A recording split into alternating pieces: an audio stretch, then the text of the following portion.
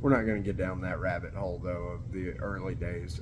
I will say that when I was about 14 years old, I think probably the best thing that could have ever happened to me as far as pursuing the path that I pursued was the first real valid thing that I made, or at least I thought it was valid at 14 years old. Is I managed to get this little motorcycle.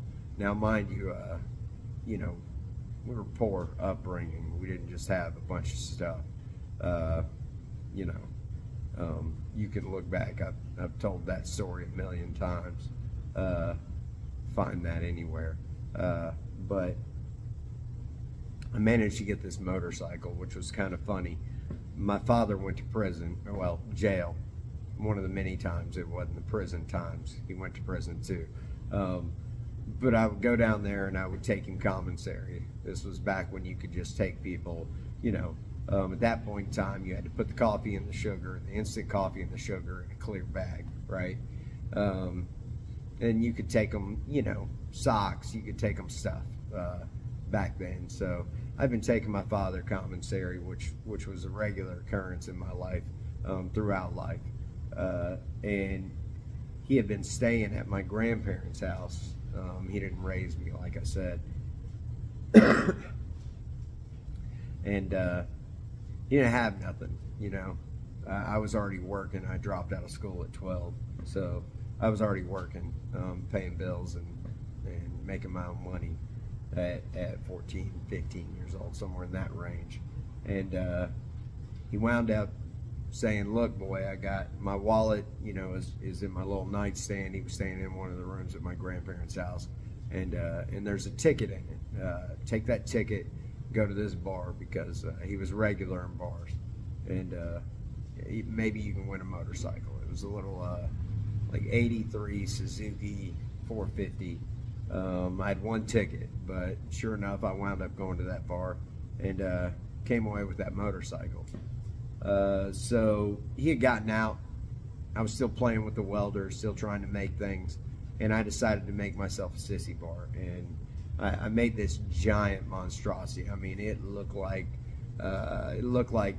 you know, the steeple of a church. It was huge. It was probably 8 foot tall. Ridiculous.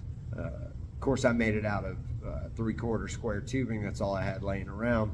Like 16 wall.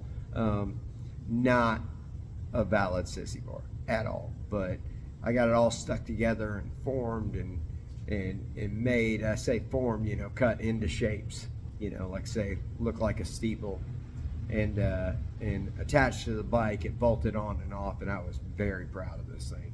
So I went in to get my grandfather, and of course my father was there too. He had already gotten out of jail, and I'm like, come check this out, you know, so excited. And my father, who had been drinking at the time, he was, you know, he's kind of a rough dude. They walk out there. My grandfather, of course, is like, wow, you know, blah, blah, blah, which is way too kind, because it wasn't cool at all. And my father, in his drunkenness, walks out there, and he's like, that's a piece of shit. And he grabs it and just folds it up. I mean, it didn't hold for a half a second. But what that did for me in the early days was it, you know, be it out of the sense of, you know, just disgust for my father that I had at that point in time as a young man, or be it even hatred. I don't like to put the word hatred on it, because, but you know, in my younger years, I will dare to say that I hated the man, but it instilled a fire in me that I was going to show him, and that kind of set the path into motion. You know, I was on a mission, and he was going to see. So that's kind of where it began.